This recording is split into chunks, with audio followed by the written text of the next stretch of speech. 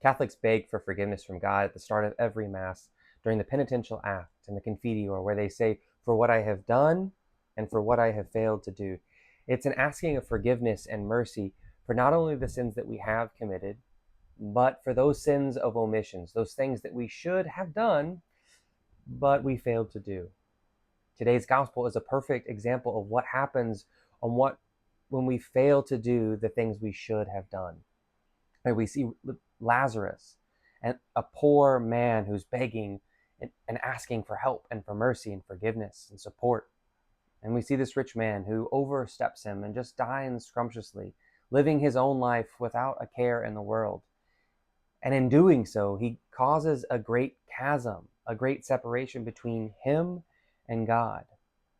And it is Lazarus, the poor man, who is brought up and made whole and invited into the kingdom of God. This situation invites a very clear challenge for our own life. Who are the Lazarus in our lives who we fail to see? Who are the people who we overlook and overstep? Who are the people that we should help, but we fail to do so? For some, it might be those who are actually poor and homeless. For others, it might be a migrant or a refugee. For some, it could be women or LGBTQ people. For a Democrat, it might be a Republican. For a Republican, it might be a Democrat.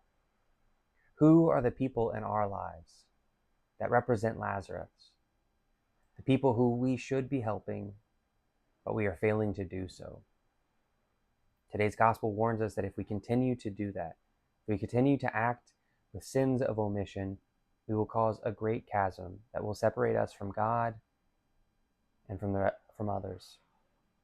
We're invited to bridge that chasm, to find the Lazarus in our lives, to support them, to comfort them, to help them, and to heal them.